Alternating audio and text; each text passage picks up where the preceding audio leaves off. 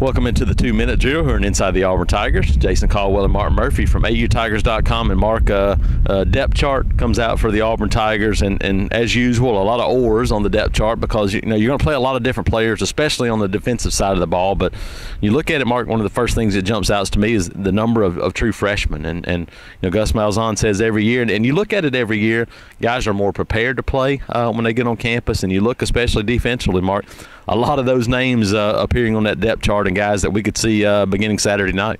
Ever since the college football rules changed to 85 on scholarship, freshmen become more prominent. Also, coaches like Gus Malzahn realize that really good players like Greg Robinson sometimes will head on out after playing a couple seasons at a redshirt year and then play 2 seasons and go pro. So they're more inclined to put these true freshmen on the depth chart and give them a chance to play early, even if they're not going to be starters. Yeah, I think probably maybe the most interesting part of it is on that defensive line, Mark. When Tyrone Truesdale is a guy that we mentioned in our depth chart last week, is a guy that have a chance to be in that 2 deep. He is on the 2 deep at defensive tackle. I think they're going to rotate. That's what Rodney Garner wants to do. You look at Tadarian Moultrie at the buck position, listed 3rd behind Paul James. Jeff Holland as a starter. The other side, Big Cat Bryant, Markevius Bryant, Nick Coe, and then Marlon Davison as a starter. Those 2 true freshmen in the mix there. Rodney Garner wants to roll those guys. You can see Nick Coe slide inside a defensive tackle. I think it's interesting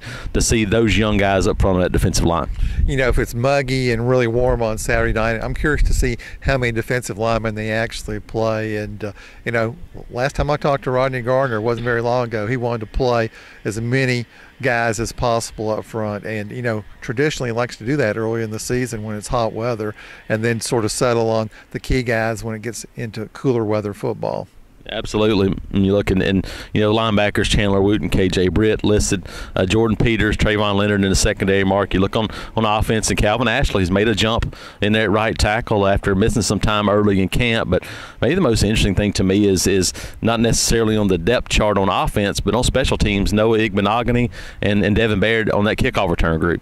I agree, and I think we'll get a chance to see them actually return kickoffs on Saturday night against Georgia Southern, and it'd be exciting if those guys can step up and make some big plays, because both are dangerous runners with the football under their hands, and they both have good speed. Absolutely, and all those opportunities you get, maybe you take a little bit of pressure off Kerryon Johnson too, returning kicks. A guy who's really good at it, Mark, but a guy that you expect to get more touches in the backfield, catching passes, obviously as a running back as well. Any of those touches you could take off him probably be good for the long-term health for Kerryon Johnson as well. So lots of discussion. You can check it out at AUTigers.com on that depth chart and more as the Tigers get ready for Georgia Southern.